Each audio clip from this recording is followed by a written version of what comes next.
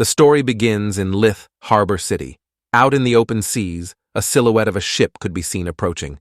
The ship docked at the harbor, and after getting off a man, Raymond excitedly exclaimed that he was finally here. He turned to a baddie who was using her assets to try and sell some potions to the passengers, and a fisherman who was trying to sell today's best catch. The harbor was bustling, adding to Raymond's excitement. As he observed the merchants who were trying to sell their products, one of his party members, a white-haired man, wrapped his hands around his shoulder, saying he didn't know he was this excited.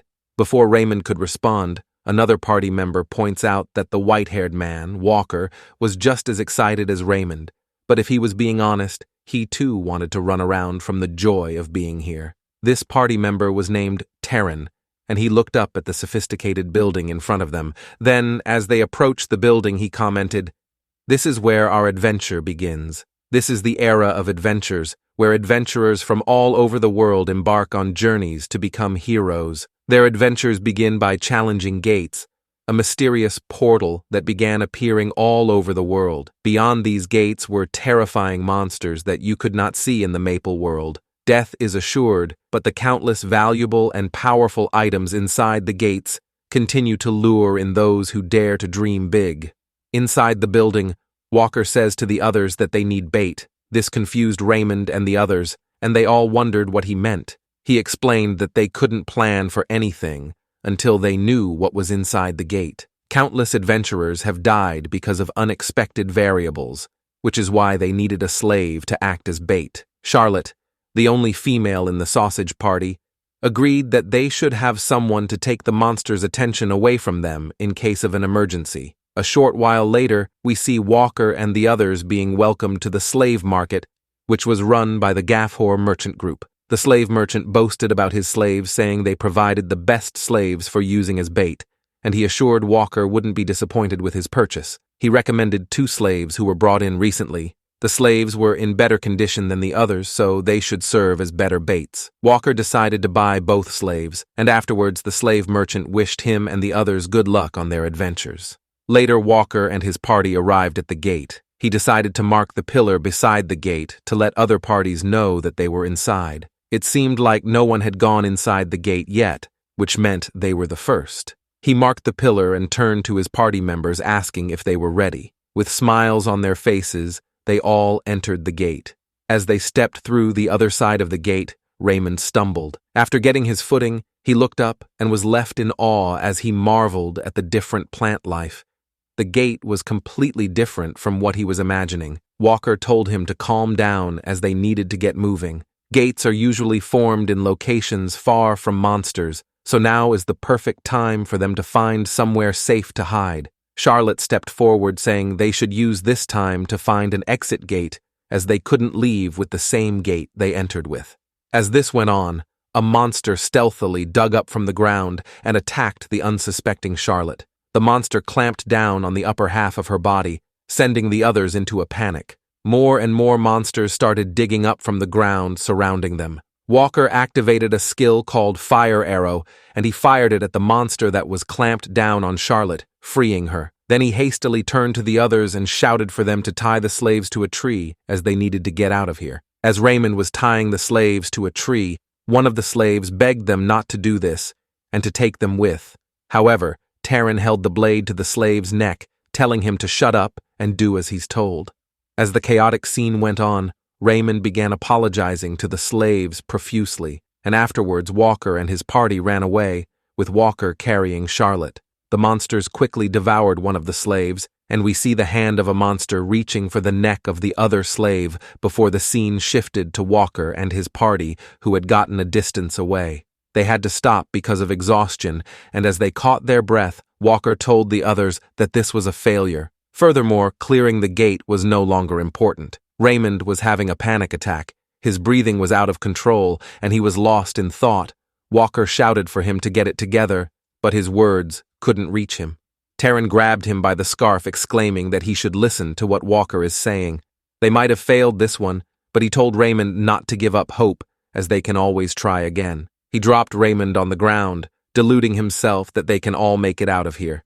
But then he gets interrupted by the author, who's had enough of his talk no jutsu. A monster appeared behind him and crushed him. Seeing Terran's body crushed underneath the weight of the monster horrified Raymond. Walker dropped Charlotte, and he activated his fire arrow skill. The monster didn't take too kindly to this. It attacked Walker with its tongue before he could get the skill off, wrapping it around his neck and pulling him into its giant mouth. With Walker dealt with, Raymond awkwardly cowered away, begging for someone to help him. The monster seemed to be enjoying this. It approached him slowly and bit one of his legs. Raymond cried out, screaming in pain about his leg. In a tree, a person watched as Raymond was being toyed with by the monster. Raymond noticed this person observing him. It was one of the slaves they used for bait. Raymond expressed how glad he was that the slave was alive, and he asked for help. He commented that all his party members died, so it was just him and the slave. As he said this, he remembered that he was the one who tied the slaves up to the tree, and he apologized for it. Then he points out that there is no way a slave can get out of here alone, but together they might stand a chance. He begged the slave to help him, but the slave just stood there watching majestically. This annoyed Raymond. He shouted, "Don't just watch, help me, you bastard." Raymond, acting so desperately, put a smile on the slave's face. He dropped down from the tree, saying he doesn't know what to do as it was too late to help Raymond. Raymond quickly came to the realization that the slave wasn't going to save him. Tears began streaming down his face, and as the last of him was being devoured, he asked the slave if he thinks he can make it out of here. He comments that, after him, the slave is next. After devouring Raymond, the monster turned its attention to the slave. It buried its hind legs in the ground, and it charged at the slave at high speeds. The slave calmly stared at the monster, saying Raymond was wrong. He wouldn't die here. He put a hole in the monster's chest, and afterwards he fixed his hair, saying, "This isn't where he died." We then get a flashback, where we see a group of adventurers looking out at the destruction of the land from a cliff. One of the adventurers announced that something was coming, and in the distance, a horde of winged monsters led by the king of dragons, Gornthale, approached. A woman comments that the sight of the dragon must mean the centaur's nest has fallen, so there is nothing they can depend on now. As she approaches an adventurer who was standing on the edge of the cliff, she points out that the Signa's knights, the resistance, the cross-hunters, all the adventurers, and the 6 heroes who were seen as humanity's last hope must have all died. And the man she was approaching is the only one remaining, a man she referred to as El Pomme, the last adventurer. As the 3-headed dragon drew closer, the female adventurer told everyone to get ready, as this will likely be their final adventure. After the confrontation with the 3-headed dragon, wildfire spread throughout the land, painting a hellish landscape. The battle left Pomme on the verge of death. He knelt and grieved for his comrades, whose corpses were scattered around. He looked up at the head of the dragon which they managed to cut off, and he asked himself if this was the end. All their efforts proved to be meaningless as the 3-headed dragon flew overhead, and the head they sacrificed so much to cut off started regenerating. The dragon noticed Pomme below, and it dived to finish the job. Pomme closed his eyes, accepting that this is where his adventure ends. However, adrenaline started coursing through his veins. He struck the ground, signaling to the author that he is trying to draw on the power of friendship. All of his comrades, Philip, Jaden, and Alexis the baddie, all of them sacrificed themselves, so there's no way he can accept this. He shouted at the top of his lungs, "Damn dragon! You're such an L-man. At least let me get some before you end humanity." With newfound determination, he poured all of his remaining power into a skill, but his body couldn't handle the influx of power, and he coughed up blood. Disrupting the skill, the dragon used its fire breath, and as he stared at his impending doom, Pomme self-reflected, thinking he is pathetic. He died wishing he was more powerful, but then he was scared awake by someone splashing him with a bucket of water. In his confusion, a person shouted at him, saying, pretending to be sick wouldn't work. This person continued to shout at him, but his voice was drowned out by Pomme's thoughts. His mind was racing with questions of what happened with Gornthale, and if he was alive. He quickly realized that he was in the slave market, but this only confused him further as the slave market was abolished long ago, but it definitely resembled the place in his memories. And if his memory serves him correctly, this person screaming at him was the merchant that was in charge 6 years ago when he was a slave. The merchant grew increasingly annoyed since Palm was ignoring him. He pulled back his fist and punched Palm. As the merchant's fist drew closer, Palm concluded that he must have returned to the past. After getting punished, Palm started wondering if he was dreaming, but everything was too realistic for it to be a dream. Plus, those punches definitely felt real. And as the merchant was showing them off to Walker and his party, Palm decided not to overthink things as this was the second chance he wanted. In the present, Palm picked up Walker's staff, which contained the skill fire arrow, a skill he noted wasn't bad. Furthermore, it's perfect for his skill level right now. But this still wasn't enough. He walked around glancing at Raymond's,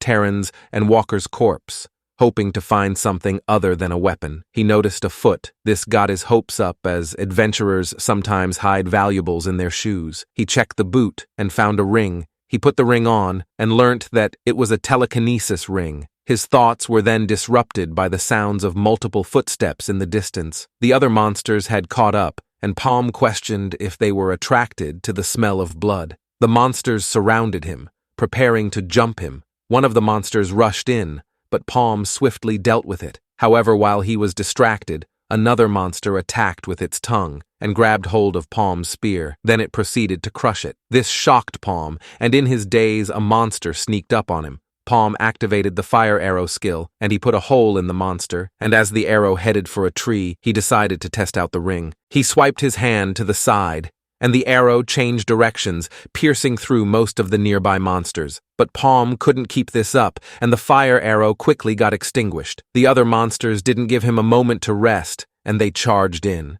Palm tried spamming the skill, but the author had spamming disabled. He jumped away, evading the monsters, and he notes that the skill must be on cooldown. As Palm was moving backwards, a monster attacked from his blind spot, thinking Palm wouldn't see it. After getting his footing, Palm smacked the monster with the staff, knocking it off course. Then, while the monster was still disoriented, he launched a barrage of strikes, and afterwards, he kicked the monster away. Then he glanced down at the staff, wondering how much longer he had to wait until the cooldown was done. Shortly after, he was able to activate the skill, but all of the monsters jumped at him. Palm remained calm. He let the skill loose, and he used the ring to pierce through all the remaining monsters. After the battle, Charlotte, who was on death's door, called out to him, saying, "There's no way he is a slave." Palm was taken aback, and he pondered how she was still alive. Charlotte added that she just saw Palm use spearmanship and magic, and she asked who he was. Palm guessed that she was still alive because she got lucky,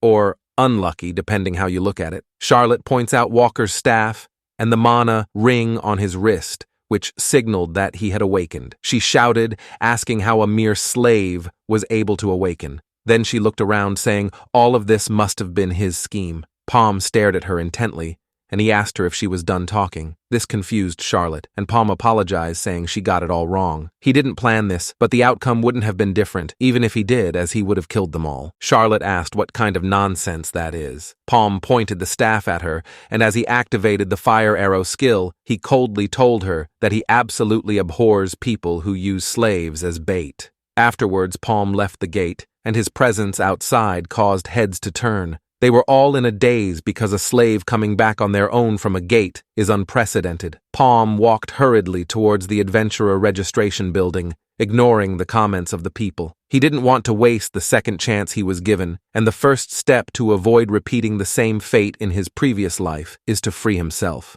Inside an office of the Gafor Merchant Union building, one of the workers reported to a man named Abbas, informing him that a slave returned from a gate alive. Furthermore, he reported that the slave returned without a scratch on him. Abbas didn't see what the big deal was, as it wasn't unlikely for someone meant to be bait to return safe and sound. The worker agreed that it's not unlikely, however, all of the adventurers accompanying the slave died inside the gate. Abbas tapped his cigar above the ashtray, asking the worker if he was trying to say the slave was the only one who made it out alive. He comments that this situation is definitely unusual, and he points out that it's even stranger that the slave returned on his own 2 feet, as people who have been reduced to slaves because of debt will always end up as bait again, even if they come back alive. And despite knowing this, the slave chose not to run away, which must mean that the slave is aware he can't get out of their hold that easily, as the only way to escape their hold is through death. This was the way of the Gafor Merchant Union. Because of this, Abbas still didn't think this was something worth reporting, and he asked the worker why he was reporting about such a trivial matter. The worker says he had something else to report about. He told Abbas that the slave unlocked the first circle. This shocked Abbas. He found it hard to believe that a slave who was used as bait is now a one circle. But if it was true, then the slave will likely harbor negative sentiments towards the merchant union. And Abbas started planning, in case the slave has plans for revenge. The worker added that the slave was asking for a change in contract.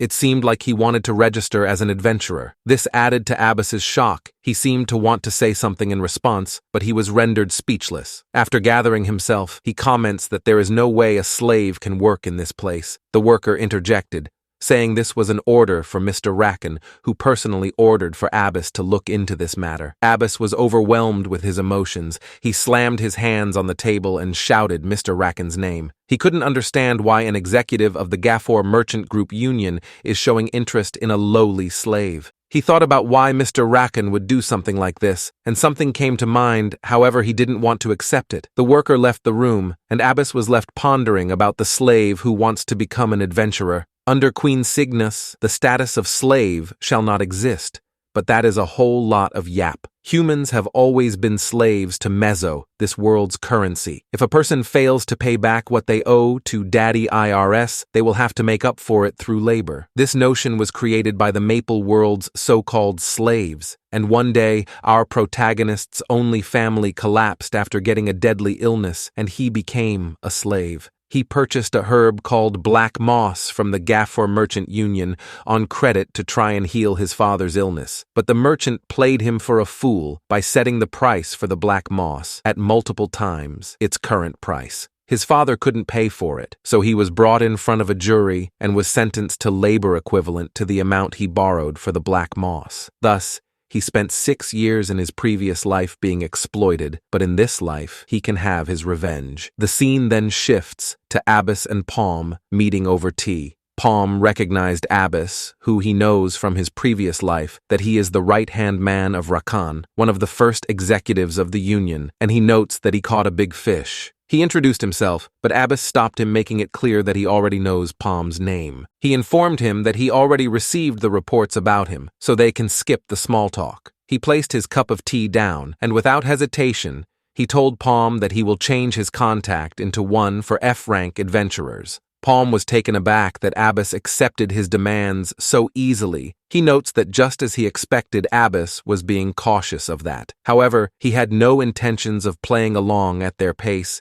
He thanked Abbas, but he told him with a smile that he wants the contract changed to ones for E-rank adventurers. Abbas asked why they would do that when the Adventurers Association hasn't even assigned him a rank yet, and Palm made his case, saying he already explored over 100 of gates in the past 3 years as a baiting slave. Abbas points out that the experience of a bait is different from that of an adventurer, as a slave would have never killed a monster before. But Palm disagreed, and he asked, since when has monster hunting been a virtue for an adventurer? This question confused Abbas, and Palm went on to say the reason the first adventurer was able to make a name for himself was survival, and he reminded Abbas of the true virtue of an adventurer, which is to return alive. Abbas admitted that what Palm is saying is true, and that surviving as a bait slave for 3 years is no ordinary feat. But that's all it is. Plus, Palm has only been entering low-ranking gates. He asked him if he really thinks that his pathetic survival ability will work in higher-ranking gates, and if he thinks so, Palm must think he is an idiot who will offer a risky contract to someone who'll die without even having to pay the amount they owe. Palm went silent, and in his head, Abbas called him a lunatic. He thought that the fact Palm was acting all that will cause him to die without going far at all. But as he thought this, he couldn't shake the repulsive feeling he was getting. He recalled a gate with 12 scars that only 5 people can enter. He chuckled, and he told Palm of a gate where the bones of at least 12 parties are buried. He asked Palm to prove himself. He showed him the contract, saying if he does, then he will gladly change the terms. The next day, Palm met up with the adventurers whose party he would be joining for the raid. The leader, Shev, introduced himself saying his position is in the front lines as a tank. From the information they got from Abyss, they knew Palm was a slave. However, Shev assured him he has nothing to worry about as he and his party members don't care about things like that. Palm says he hopes they can have a nice time working together. Shev interjected, saying he heard Palm can use fire magic. Palm confirmed that he could, not making a big deal out of it, but Shev and his comrades were pleasantly surprised. One of them, a man with white hair, asked him if his elemental magic he can use was already decided, and Shev says he heard mages can't use magic of elements other than the one they're born with. He glanced over at the white-haired man, saying any item that's unrelated to their element is useless for a mage. The white-haired man comments that must get complicated. With the introductions and familiarization out of the way, it was time to focus on the mission. Shev comments that Palm must have gotten the details from Abyss, but he decided to explain the mission anyway. The goal of this mission is to safely retrieve the item left behind by the 12 parties who were annihilated before them and return those items to the Union. Furthermore, Shev informed the party that he heard the Union was giving 3,000 meso for each item. The white-haired man complained, saying the Union was doing too much as they wouldn't be able to gain anything from this adventure if they can't retrieve the items. One of the other party members told the white-haired man to stop complaining. The white-haired man responded saying he wasn't complaining, and to stop things from escalating, Shev intervened. Afterwards, he turned their attention to the gate asking if they were ready to make some money. They entered the gate, and inside, the white-haired man pointed out the landscape, which was bright and dreary at the same time. Shev got everyone's attention, and he explained that there is a high chance of a long battle occurring in this dense forest, so he wanted them to set up a base first. One of the party members suggested they set up base on a giant tree, because with the tree branches hiding and moving to another tree will be quite easy. Shev thought this wasn't a bad plan, and he decided to go with it. They dropped the necessary materials on the ground, and Palm approached to help, but the white-haired man stopped him, saying he can rest as setting up base was his and another party member, who was already looking at the materials job. Later, after the base was set up, Shev wanted them to split in 2 groups and search the surroundings. Team 1 was the white-haired man Tom, Max, and Roa, while Team 2 was Shev and Palm. After splitting the group into teams, Shev laid out the plan. Each team will take either the east or west side to scout and report back, and if something were to happen, they would send a signal and rush to the base. With the plan laid out, they all set off. After some time searching, Shev started growing increasingly worried. He felt like something was off, as he and Palm didn't find a single monster, let alone an item. Because of this, Shev planned to have them move further inside tomorrow. He momentarily set his concerns aside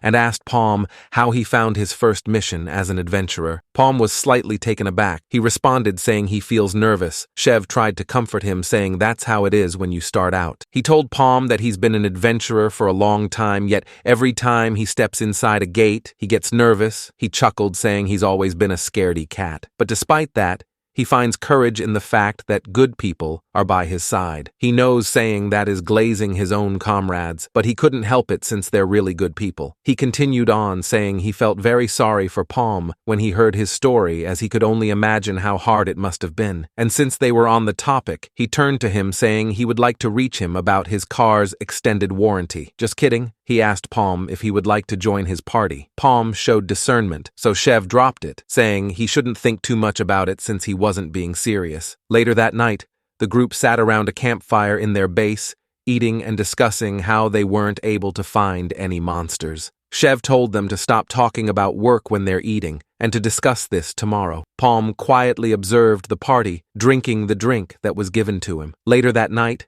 there was movement up on their base. With a torch in hand, Shev and the others called out to the sleeping Palm, asking if he was sleeping. There was no response. Shev froze for a moment, cautiously watching the sleeping bag for any movements. Tom placed his hands on Shev's shoulder, asking him why he was being so cautious. The expression on their faces swiftly shifted to a twisted one, and Tom comments that Palm is probably lost in his dreams, so there's no way he can hear them. Tom approached the sleeping bag, asking if Chev had forgotten that they mixed in a sleeping herb that can put mushmom weighing hundreds of kilograms to sleep in the food and drink served to Palm, and Palm drank so much that he was wondering if he wasn't already dead. After getting closer to the sleeping bag, Tom knelt down and lifted his dagger in the air, asking if they should get started. He stabbed the sleeping bag, but quickly noticed that something was wrong. He pulled back the sleeping bag, revealing pillows tied to a log. This revelation shocked the others. In a panic, Chev turned shouting for them to find Palm, but suddenly the base erupted and the flames started to spread. A silhouette watched on as Chev and his party scurried around in a panic. Some of them quickly checked up on their rations, and Chev looked around questioning if this was Palm's doing. As this went on, Max pointed Chev's attention to the giant eyeball of a monster. This horrified Chev, and as the giant monster prepared to swallow their base whole, Chev asked out loud if Palm really used them as bait. They were able to jump off the base before the monster could put it all in his mouth. Palm watched on. He thought to himself that Chev and his comrades are very underwhelming, and that they shouldn't have been so kind if they wanted to trick him. As Chev and his party continued to run away from the monster, who gave chase, he continued on. In a gate where over 12 parties that have veteran adventurers fail, anyone would have their guard up when they acted so welcoming to a bait. Moving on, he noted that this giant monster must be the boss of this area. Chev looked back at the monster, saying, against that type of monster, they were at a disadvantage. Max asked if Chev knows what this monster was, and Chev guessed that it was a golden slime, a variant monster you don't normally see in the Maple world, a rare boss monster that only comes out of red gates. He warned his comrades that the body of the golden slime is acidic, and as he was about to tell them the most dangerous part about the monster, the slime decided to demonstrate. It shot a long-range skill called acid shot at Max. Luckily, Chev was able to push Max out of the way of the attack. Terrified and sullied, Max asked what that skill was. After getting their bearing, they all watched as the acid melted the ground. Chev explained that this was what he was trying to warn them about earlier. Golden slimes usually have a long-range skill called acid shot, a skill that lets it shoot out part of its body's acid. Fear gripped Max, and he asked if that wasn't cheating. Chev shouted for him to get a hold of himself, and the golden slime resumed its chase. As they ran, the group asked Chev if he knew of a way to deal with the slime. Chev told them to worry about getting out of here first, as the golden slime's acid shot should have a cooldown of 1 minute. So, he planned for them to use this opportunity to recover and look for a chance to strike. He explained that once they've recovered, they would go for the golden slime's core. Tom saw this as a great opportunity. He suddenly changed directions, heading straight for the golden slime, saying they still have enough time. He jumped at the slime, asking Chev and the others to leave it to him. Chev desperately tried to call him back, saying they have to attack together. But as he said this, Tom was split in half by an acid shot. This scene horrified Chev. He points out that there should still be over 10 seconds left on the acid shot cooldown. The slime activated hacks, and it started spamming the acid shot skill, killing Chev and the others. Palm watched from the cover of a tree. It seemed like it was finally over, and although Chev wasn't wrong about the 1-minute cooldown,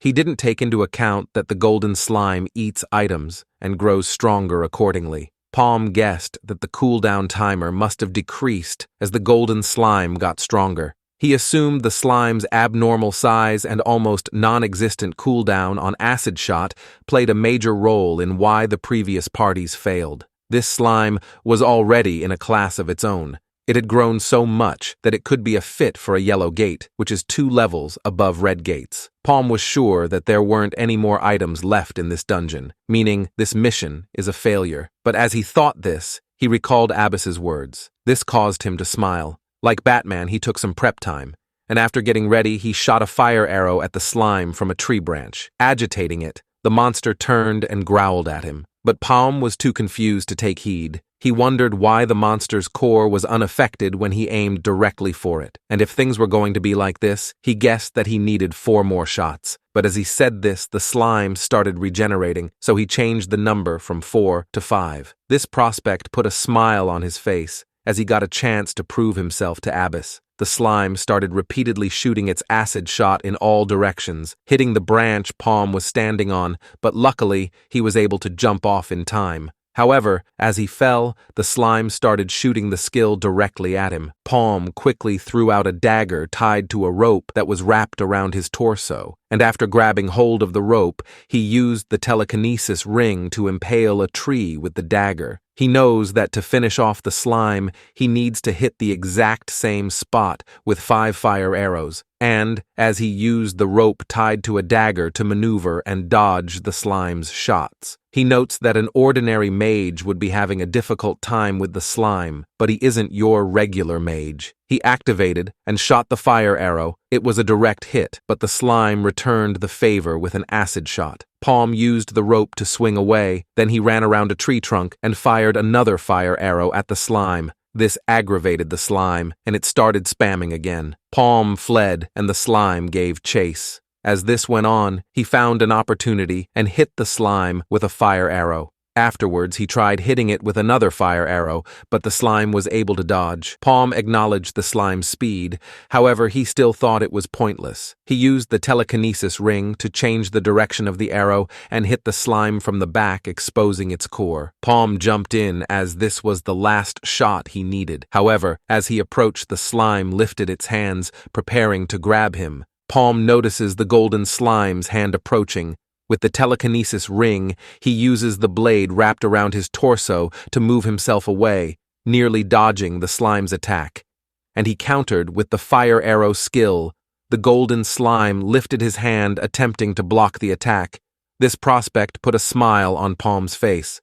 Using the telekinesis ring, he maneuvered the fire arrow around the slime's hand, landing a direct hit.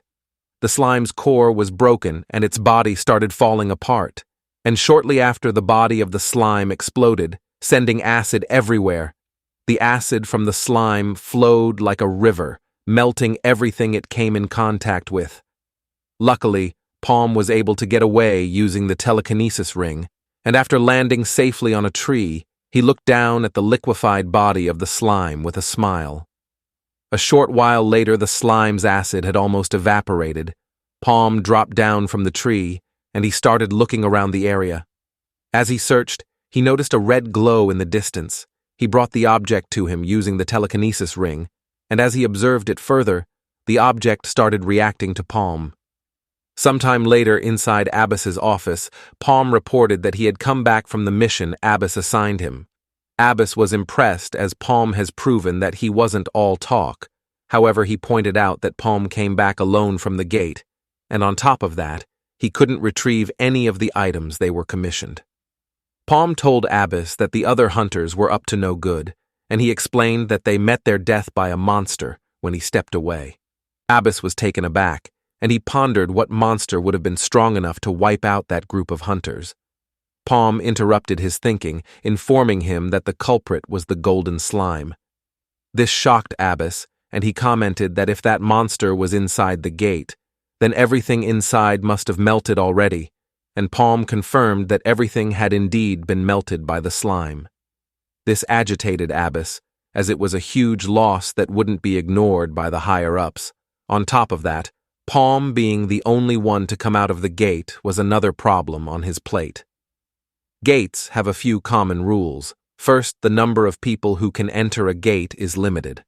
Only the number of people marked on the gate pillars can enter, and once a group of adventurers enter, that gate will be deactivated until everyone inside is annihilated. Second, there are entrance limitations based on the gate's difficulty level and the circle level. The gate's difficulty levels are indicated by its color, ranging from the red gate to the purple gate, and those with a higher circle than the gate difficulty cannot enter.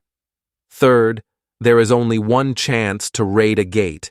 This is the biggest obstacle when targeting gates, and if someone who enters survives and comes out, that gate is destroyed and cannot be entered again. So as long as the adventurers who entered the gate return alive, that gate and all the items and riches inside will be lost forever. And since Palm returned, Abbas was certain that retrieving the items was a lost cause. But there is not much that they could have done, since facing off against a golden slime is too difficult for a first circle. Abbas expresses that he understands why Palm couldn't retrieve the items, but regardless, he still failed. Palm asked Abbas to stop being so impatient. He took off his wrist guards, and he showed Abbas the second mana circle that appeared on his wrist, explained that he ate the golden slime. Abbas was astonished, he shouted, inquiring if Palm really absorbed the mana stone from the golden slime. Palm didn't answer. Instead, he points out that this should be enough to prove that he is worth the investment, and as he was promised, he wanted the E-rank contract. However, to Palm's surprise, Abbas excitedly reached over the table, saying he would give Palm a D-rank contract. In fact, if Palm promised to work with him, then he would be willing to give him a C-rank contract. Abbas quickly provided the contract, and Palm started signing. Abbas looked on. Normally, giving someone who isn't a third circle adventurer a C-rank contract would be considered by the public as excessive treatment, as an adventurer's rank is heavily influenced by their circles. Circles signify the adventurer's power, and the difference in power between adventurers is clearly evident.